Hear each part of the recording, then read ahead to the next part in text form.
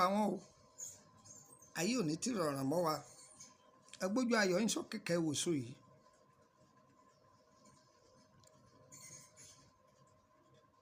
àwọn bàbá wa wọ́n fún un lẹ́kọ wọ́n á máa pè é ní bẹ̀rẹ̀ fúùtù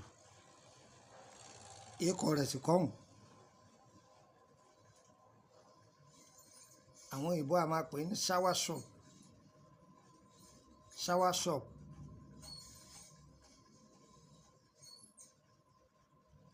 máa jẹ́ òye wa pé bàbá ẹnìkan kọ́ ló lè wé bàbá ẹnìkan kọ́ ló lè gbò ọlọ́run ọba ló lè wé dúkìá ọlọ́run ni àwọn èéṣe léwé ẹ̀jẹ̀ eléwé arẹmọ làwa ewé àánú ewé àlàáfíà làwa á já téèyàn kan bá sọ fún ọ pé òun mú oògùn já géńgbé tí èlé lòun jẹ́ tó bá fẹ́ mọ̀ bó lóògùn lóòótọ́ ẹni láwájá ọyá jókòó bó ṣe jókòó fún wa ní oògùn ìwòsàn 40 tí ó bá ti lè ká ọ̀lẹ ni ọ̀gbọ́ ọ̀lẹ ni ogun náà kọ̀rẹ́ yàrá ẹlòmíì gan kò lè dájà ìwọ tó lè dá fowó ọbẹ̀ ẹlẹ́ tọ́nù náà gbé sìgìdì káàkiri ọ̀rọ̀ sìgìdì lélẹ́yà bí ó ṣe dáa fún ọ kọ gbájúmọ́sẹ́ rẹ̀ kọ bẹ ọlọ́run kọ́nà rẹ̀ ọlá bẹ́ẹ̀ ń ká lọ jàre ẹjẹ́ adára wa lẹ́kọ̀ọ́ lórí èso yìí àwọn onígẹ̀ẹ́sì a máa ní wọn ní artificial drug ó wà natural drug ó wà ẹ̀ẹ́rẹ́ lẹ́yìn natural ni èyí tó tọwọ́ ọlọ́run wá ni gbogbo àwọn ewéko tí ń bẹ nínú igbó dúkìá ọlọ́run ni ń tọ́ ọ̀bá mọ̀ nípa rẹ̀ ni à á wádìí fún un ni èso yìí àtewé rẹ̀ gbogbo ohun tó wà lára rẹ̀ kódà ikọ̀ tá a bá máa pè ní miracle fruit iṣẹ́ ìyanu tí ń bẹ lára rẹ̀ kì í ṣe kékeré ṣe rí tẹ bá wá èso yìí ń bẹ lọ́jà o ápù nìkan làwọn èèyàn wa máa jẹ èso pọ̀ nílẹ̀ tó yẹ kẹ́ ẹ máa jẹ pàpáyà nìkan làwọn èèyàn máa jẹ tí ṣe pọ̀pọ́ èso pọ̀ nílẹ̀ tó yẹ kẹ́ ẹ máa jẹ ẹ gbádùn mi ápù yẹn làwọn èèyàn wa ní Kútọ́nù ń pè ní pọ́ọ̀mù wọn ní pọ́ọ̀mù ṣẹ́rí tó bá dàbẹ́ nǹkan pé èèyàn bá máa rí i pé okun àtagbára òun kò kún tó gbìyànjú kó máa jẹ èso yìí ó ti jẹ ọrọ̀ títínú rẹ̀ yẹn máa jẹ dáadáa ìwọ bẹ èkú ẹ̀yìn ara rẹ̀ kó gún yọkọ́rọ̀ nú ẹ̀ ọ̀gbádùn mi yọkọ́rọ̀ nú ẹ̀ o lè dá sórí ògì mẹ́mọ̀gì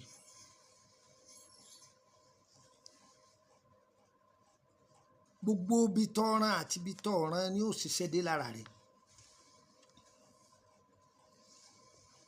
pàápàá ìwọ ọkùnrin tó jẹ́ pé o ti rí i pé tẹ́lẹ̀tẹ́lẹ̀ ọ máa ń mọ́kọ̀rọ̀ oko dáadáa kì í sì ṣe pọ̀ ń jẹ́ nǹkan jẹ̀dí ṣàdédé orí pé okun àtagbára rẹ̀ ó dínkù máa jẹ èso yìí ẹ gbádùn mi tàbí wọ́n tó rí i pé awọ ara rẹ kọ̀ọ̀kan máa jọ̀lọ̀ bíi ti tẹ́lẹ̀ mọ́ bóyá ara máa ja ọjẹ ni àbára máa yun ẹ ọgbọ́n táwọn wí bọ́ bá rí ewé èso yìí gbìyànjú kó sè é tọ́ ọ bá wá rí ewé rẹ̀ ra èso yìí gun bí mo ṣe wí yẹn kódà àá foyín sí oyin gidi ni o nǹkan oyin ṣúgà o tí a bá ní ọ̀rá ara tó pọ̀ jù pé báyà o ní cholesterol rárá àwọn ọ̀rá ara láti ṣàdínkù ọ̀rá cholesterol máa jẹ èso yìí. àbí wọ́n tó bá ní kọ́ asthma lára, ṣe rí ikọ́ asthma yìí ó le gan ni o, ikọ́ tí máa gbẹ̀mí èèyàn ni o. asthma kì í báyàn ṣeré o, okùn ẹ̀mí ẹni ní máa ń wá kiri o. tọ̀rẹ́ gbọ́ tí tọ́fun wọn máa hó, kì í ṣe ikọ́ tí báyàn wá láàfin ara kọ́. wọ́n tó bá ní asthma máa jẹ èso yìí dáadáa, kó dẹ̀ gbìyànjú kó wá ìwé rẹ̀ kó máa sè kó máa mú, wá ti ṣe yẹn bóyin sí. gbádùn mi, wọ́n ti pajápajá máa mú lára tó yá àdínkù ara ẹgbẹ́ kan ara rẹ̀ ó rí i pé yọ kàn kú táìtáì láì nídìí, tó yẹ pé pajápajá ó mu àti gbọ́wọ́ àti gbẹ́sẹ̀ yóò le lọ́wọ́ atalẹ̀ tá à ń pè ní garlic àbí tá à ń pè ní ginger, gun papọ̀ mọ́ èso yìí, foyín sí, máa fi mu ògì gbígbóná. ó yin ọlọ́run ló gan o, wọ́n gan máa sọ pé wọ́n ọlọ́run bó lè so èyí ti wà tẹ́lẹ̀. àbí wọ́n tó jẹ́ pé eegun ara máa ro ọ́, eegun inú egungun ní máa ro ọ́, máa jẹ èso yìí. wọ́n tó bá lẹ́jẹ̀ ríru máa jẹ èso yìí. ọ̀gbọ́ wọ́n tó bá ní àrùn ẹ̀dọ̀ àti àrùn ọkàn, kidney and liver problem, máa jẹ́. gún èso yìí pọ̀ mọ́ atalẹ̀, foyín sí, máa mọ̀ ògì gbóná. ọ̀gbọ́ ó dúpẹ́ lọ́dọ̀ ọlọ́run. ṣé àmọ́ páwọn ẹnu mi ń bẹ tọ́ ẹ pé tí wọ́n bá ń rìn díẹ̀ yọ rẹ̀ wọ́n, tí wọ́n bá ń rìn díẹ̀ yọ rẹ̀ wọ́n, wọ́n kà máa ń bọ̀ lọ́jọ́ orí rẹ̀ dé. máa jẹ èso yìí, èso tó ń wò yìí, èso tẹ́ ẹ ti mọ̀ tipẹ́ ni. gbìyànjú kó máa jẹ́ kó fi atalẹ̀ sí, ginger. sórí wọ́n tó bá jẹ́ pé o ní àrùn ọgbẹ́nú, tó bá ní àrùn ọgbẹ́nú tá à ń pè ní ọ́sà, máa jẹ èso yìí, máa jẹ èso yìí. tó bá ti gun pẹ́ kò wọ́n má fi ginger sí, foyín sí, fi mu ògì gbígbóná. láàrin ijọ́ mélòó ọ́sà rẹ yóò dòun gbàgbé. àbí wọ́n tó bá ní tọ̀ ṣúgà, diabetes, ọlọ́run o, máa jésù yìí, ó dúpẹ́ lọ́dọ̀ ọlọ́run. dúkìá ọlọ́run ní bàbá mi kọ́ lónìí o, èmi kì í kọ́ mo gbìn o, àbá aláyé ni. èso yìí àbá aláyé ni, kó sì lè wúlò fún wa, lẹ́lẹ́dùà ló fi gbìn kalẹ̀ fún wa. èmi wí tẹ̀mí bó wù ọkọ̀ ọgbọ́n o, kọ̀nà olówó o mẹ́wúrẹ́ lọ ilé ẹnìkan bẹ́ẹ̀ lọ màgùtàn lọ o, kọ̀ọ̀kan bọ́ sọ́jà kò ní wọ́n ra ṣáwá ṣọ́ọ̀pù ni o. ọ̀tán tàbẹ́ni tí ẹ bá rọrùn sùn dáadáa, máa jẹ èso yìí dáadáa, máa jẹ, kò fi jíńjà sí, kò fi mu ògì tó gbóná, kára rẹ̀ ó wọ́ọ̀mù. ó dúpẹ́ lọ́dọ̀ ọlọ́run ọba tó dá o. orúkọ mi ni Lukman ọmọ Ayédáre, lẹ́ẹ̀kan sí bàbá ọgbọ́n ọmọ ọ̀dọ̀ àgbà. ẹlòmíràn máa béèrè pé tá a bá rẹ̀ sòyí, tá a bá réwé rẹ̀ ńkọ́, fámìlì ni wọ́n jọ jẹ́. kọ́dà já ewé rẹ̀ yìí, tó bá ti já síbò jíjí ọgbẹ, ó lè já sínú ilé àìsàn lórùn yọgbẹ. tó bá ti gbẹ kó wá lọ lásán, kó dà á sínú oyin. ọmọ ìyá mi máa fi lo ògì gbígbóná, ó dúpẹ́ lọ́wọ́ ẹlẹ́dàá rẹ̀.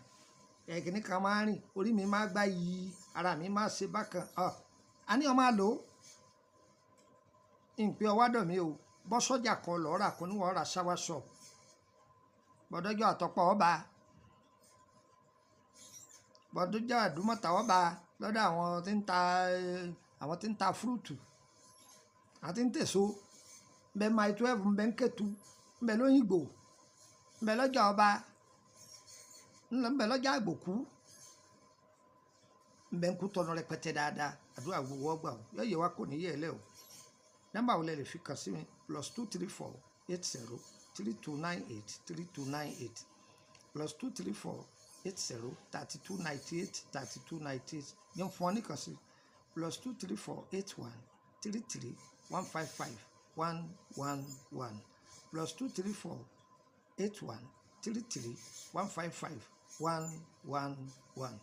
yẹn fún ọ nọ́mbà orílẹ̀-èdè Benin kan sí +229 54 65 1928 +229 54 65 1928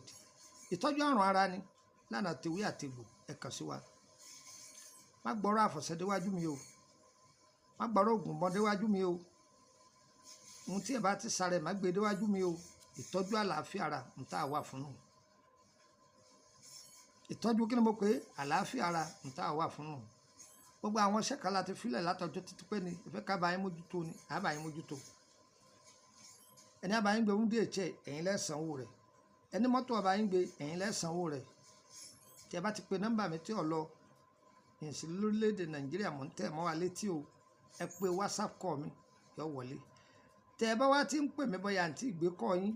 ẹ má fi ṣèbínú o máa ń bí sí díẹ̀ yọ yẹ wa o kò ní yẹ ẹ lẹ o á dára fún wa o mo ta abẹ́lẹ̀ Elédùà ṣe o èyí tá a fẹ́ Elédùà yóò lè jìnnà sí wa tọ́ba dọ́wọ́ rẹ̀ má dé mọ́lẹ̀